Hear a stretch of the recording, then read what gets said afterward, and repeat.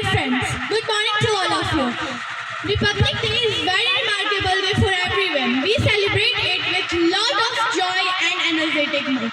So I am Chanurisha from class 6. I am here to deliver a topic in front of you. On 15th August 1947, we got independence from Britishers.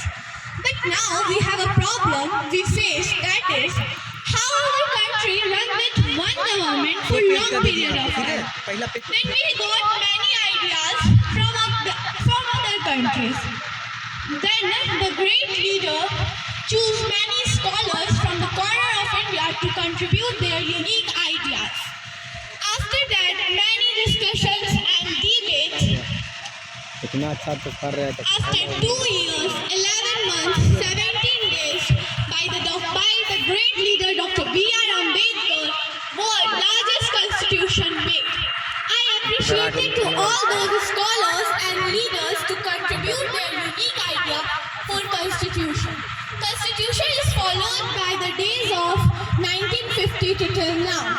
We can think that our ancient Indians are so intelligent and wise in this generation.